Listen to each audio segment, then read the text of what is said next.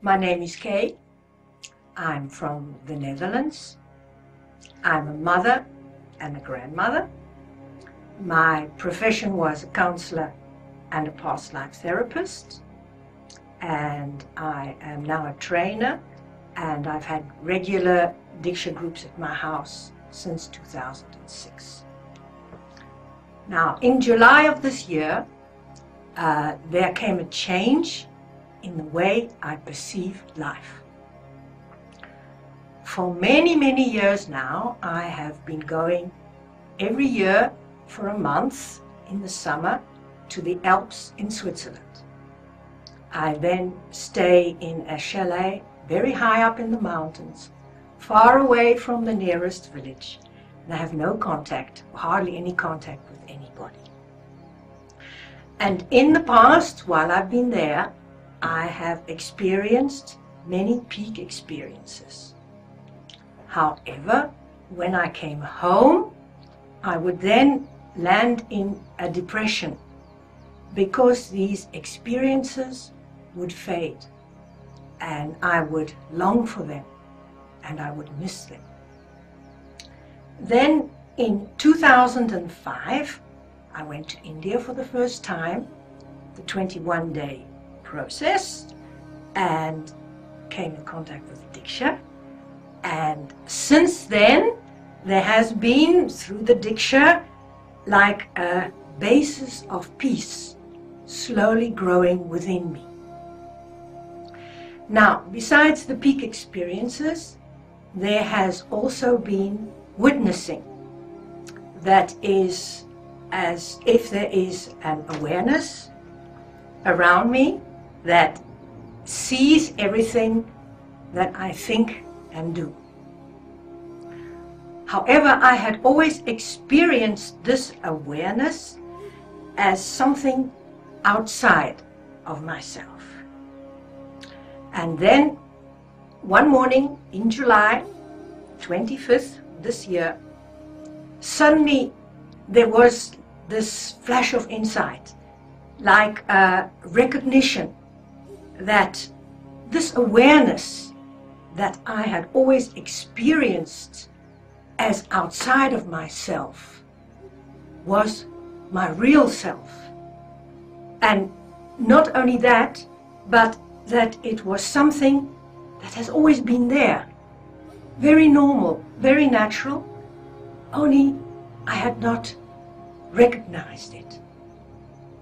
And not only that, but this awareness, which I had experienced as outside of myself, was actually also the presence which I had experienced as outside of myself.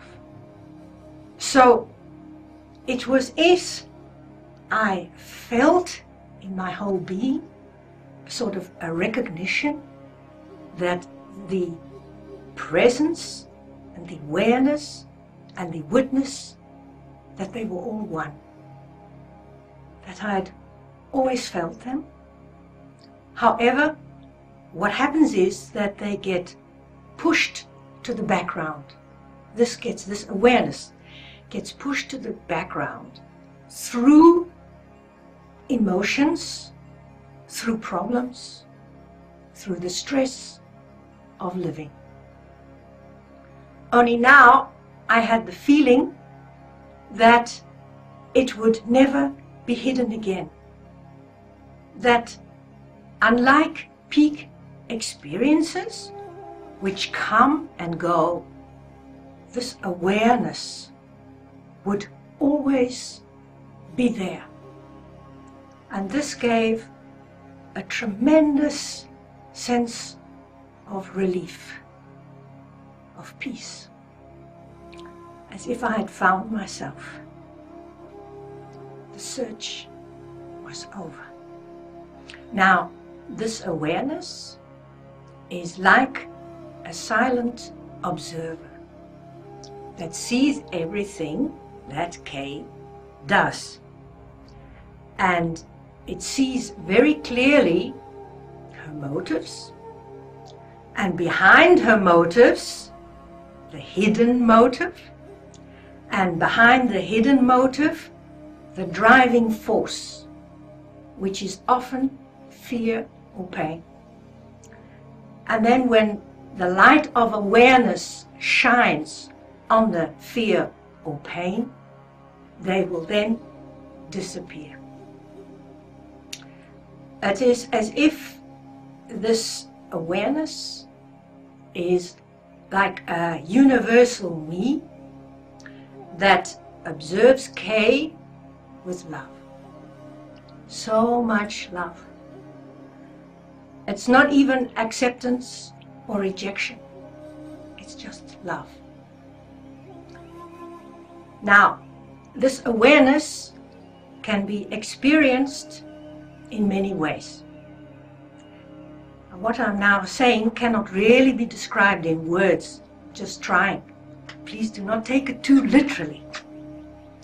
So there is first what I call the witnessing, which is that there is an awareness of what Kay does, what she thinks, and also the world around her.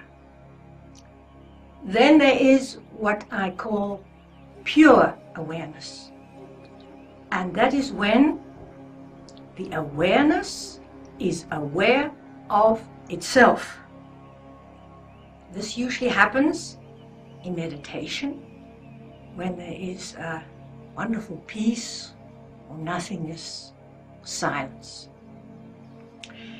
Then there is what I call expanded awareness, and that is when this awareness expands to include the garden, the country, the world, the universe, and it can be accompanied by luminous light or insights, although that usually comes just afterwards. And then there is an awareness that is aware of this awareness. You could also call it, this name for awareness is also consciousness. You could also say that there is a consciousness that is aware of this awareness, and then also that there is again a consciousness that is aware of this consciousness. It goes on and on. It's never ending. It's beautiful. Okay, then we come to thoughts. There are still thoughts.